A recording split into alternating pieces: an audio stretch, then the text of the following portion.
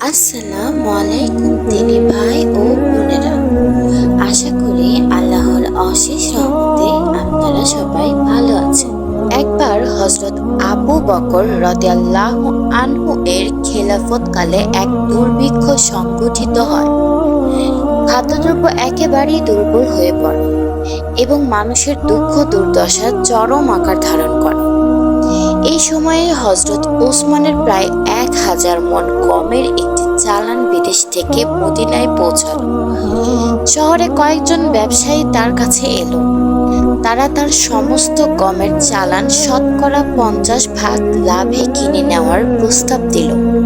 এর সাথে তারা দুর্ভিক্ষ পীড়িত জনগণের দুর্দশা লাঘবের জন্যই এটা কিনতে চাইছে এই ওয়াদাও করল। হযরত ওসমান রাদিয়াল্লাহু আনহু বললেন, তোমরা যদি আমাকে ১,০০০ গুণ লাভ দিতে পারো তবে আমি তোমাদের কাছে বিক্রয় করতে পারি, কেননা অন্য একজন আমাকে ৭০০ গুণ লাভ দিতে চেয়েছে। ব্যবসায়ীরা বলল, বলেন কি? চালান মদিনায় আসার পর তো আমরাই প্রথম আপনার কাছে এলাম। ৭০০ গুণ লাভের প্রস্তাব কে কখন দিল? হযরত ওসমান রাদিয়াল্লাহু আনহু বললেন, এই প্রস্তাব আমি পেয়েছি আল্লাহর কাছ থেকে।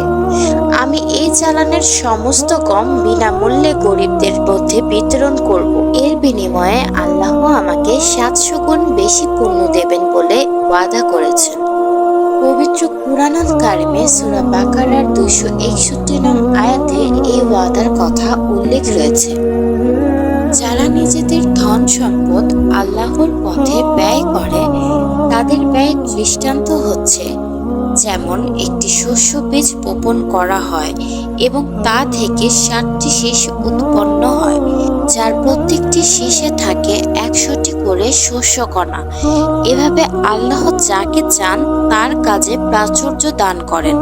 তিনি মুক্ত হস্ত ও সর্বজ্ঞ। হযরত ওসমান রাদিয়াল্লাহু আনহু সম্ভবত এই আয়াতের দিকে ইঙ্গিত করেছেন।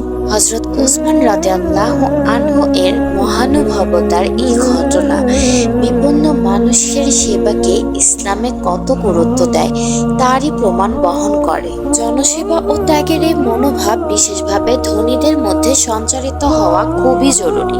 আল্লাহ তাআলা আমাদের সকলকে এই মনোভাব করার তৌফিক দান করুক, আমিন। এই দোয়া করে আজকের ভিডিওটি এখানেই শেষ করছি।